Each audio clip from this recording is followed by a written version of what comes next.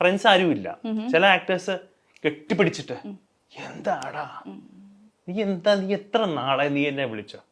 അപ്പൊ ഞാൻ അത് കഴിഞ്ഞ് വിളിച്ചോടനെ ഇടാ അടുത്ത പടത്തിൽ എനിക്കൊരു വേഷം എനിക്ക് ചെയ്തു തരണം. ഒരു യങ്സ്റ്റർ ആട്ടോ, തീർച്ചയായിട്ടും. പക്ഷെ ഈ പടത്തിലൊന്നുമില്ലടാ, സത്യയുടെ ഒന്നുമില്ല. പിന്നെയും 6 മാസം കഴിയുമ്പോൾ അവനെ കാണും. നീ എന്താണ് എന്നെ വിളിക്കാത്ത? എടാ അടുത്ത പടത്തിൽ ഒരു വേഷം എനിക്ക് ഇവിടെ ഉറപ്പായിട്ടും. പിന്നെ ഞാൻ മനസ്സിലാക്കി ഞാൻ അയാളോട് ചോദിച്ചിട്ട് കാര്യമില്ല. അപ്പൊ ഞാൻ എന്ത് ചെയ്തു, ഞാൻ അയാളോട് ചോദിക്കും, എടാ നീ എന്താ എന്നെ വിളിക്കാത്ത? അത് രസമാ, നമ്മളെ കണ്ണിന് കണ്ണു കൊടുക്കുന്ന. കാരണം വേറൊന്നുമല്ല, അയാളെൻ്റെ അടുത്ത് നോർമൽ പ്ലെയിൻ ആയി കഴിഞ്ഞാൽ ഒരു കുഴപ്പമില്ല. അയാൾ എൻ്റെ അടുത്ത് ഇങ്ങോട്ടേക്ക് വന്നു, എടാ നീ എന്താണ് എത്ര നാളായടാ. നമ്മളൊരുമാതിരി തേക്കുമ്പോൾ നമ്മൾ തിരിച്ച് ഹെവി ബംഗാളി തേപ്പ് കൊടുക്കും നമ്മൾ. അതാണ് കാരണം ഇന്നത്തെ കാലത്ത് ശരിക്കും പറഞ്ഞാൽ സക്സസ് എല്ലാവരുടെ അടുത്തും വരുന്നൊരു ഫോർമുല അല്ല. നമ്മൾ ആ ഫോർമുല നേടിയെടുക്കാൻ അവരും ഒരുപാട് സ്ട്രഗിൾ ചെയ്തിട്ടുണ്ട്. നമുക്ക് അതിന്റെ ഭാഗമാകാനേ പറ്റും.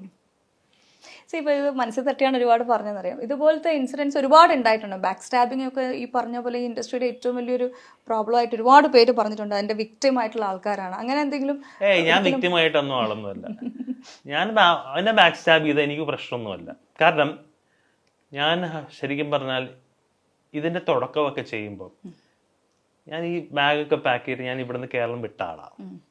ഞാൻ കേരളം വിട്ടെത്തിയിട്ട് ആൾക്കാർ പറയില്ലേ നമ്മൾ ഇവിടെ ഒരു സ്ഥലം വിട്ട് നമ്മൾ വേറെ സ്ഥലത്ത് പോകും. ഞാൻ വേറൊരു സ്ഥലത്ത് പോയി. ഞാൻ മനസ്സിൽ, കാരണം ഞാൻ എന്തായാലും ഞാൻ ജനിച്ച് വീണത് സിനിമയിൽ മാത്രമല്ല, എനിക്കൊരു കൈത്തൊഴിലും കൂടെ ഉണ്ടായിരുന്നു. അപ്പം അങ്ങനെ നമ്മൾ ഫ്രസ്ട്രേറ്റഡ് ആയിരിക്കുന്ന സമയത്തെ നമ്മൾ മൊത്തത്തിൽ ഈ ആൾക്കാർ നമ്മളെ ചോദിക്കും ഏതാ അടുത്ത പടം ചോദിക്കും. ഇപ്പം ദുബായിൽ നിന്ന് ആൾക്കാർ വരുമ്പോൾ എപ്പോഴാണ് തിരിച്ചു പോകുന്നത്, അതായത് ആൾക്കാർ ലീവിന് ഒരു ജോലി ആയിട്ട് എപ്പോഴാണ് നീ ജോലിക്ക് പോകുന്നില്ലേ ചോദിക്കുന്ന പോലെ. അപ്പൊ നമുക്കിതൊരു ഭയങ്കര പ്രോബ്ലം ആയിട്ട് വരികയാണ് ചോദിക്കുമ്പോൾ. അപ്പൊ ഞാൻ ഇത് ആദ്യമേ പ്ലാൻ ചെയ്തിരുന്നു. ഞാൻ പതുക്കെ ഓരോ കാര്യങ്ങൾ പഠിക്കാൻ തുടങ്ങി. അപ്പൊ കുറച്ച് നാളെ ഞാൻ മാറിയിരുന്നു. ഒരു 2-3 വർഷം കംപ്ലീറ്റ് ബ്രേക്ക് എന്ന് പറയാൻ പറ്റത്തില്ല. ആ സമയത്ത് വർക്കൗട്ട് ആവുന്നില്ല. നാട് വിട്ടു എന്ന് പറയാൻ പറ്റില്ല. എല്ലാവരുടെയും സമ്മതത്തോടെ ഞാൻ ഇവിടെ നേരെ ഡൽഹിയിലോട്ട് പോയി. ഡൽഹിയിൽ ഞാൻ ശരിക്കും പറഞ്ഞാൽ എനിക്കന്ന് ഹിന്ദിയൊന്നും അറിയില്ല. അവിടെ ഒരു സ്ഥലത്ത് ജോലിക്ക് കയറി. ഞാനൊരു സാധാരണക്കാരനായിട്ട് ഞാൻ കയറിയത് ഞാനൊരു കുക്കായിട്ടാണ് കയറിയത്, ഹെൽപ്പറായിട്ട്.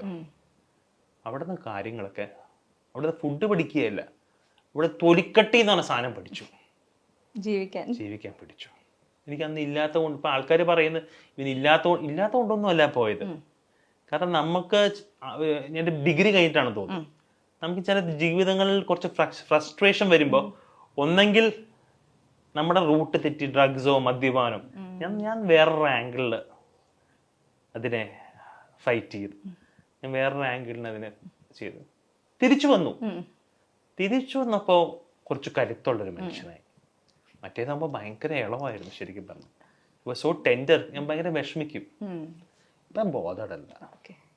അപ്പം അവർക്ക് വേണ്ടെങ്കിൽ വേണ്ട. പക്ഷെ ഇപ്പോഴും ഞാൻ ചാൻസ് ചോദിക്കും, ഇപ്പോഴും ആൾക്കാരുടെ അടുത്ത് ചോദിക്കും. ഇപ്പം എനിക്ക് ഏറ്റവും ഇഷ്ടം ഒരു നല്ലൊരു നടനുണ്ട്, നല്ലൊരു മനുഷ്യനാണ്, സൈജു കുറുപ്പ്.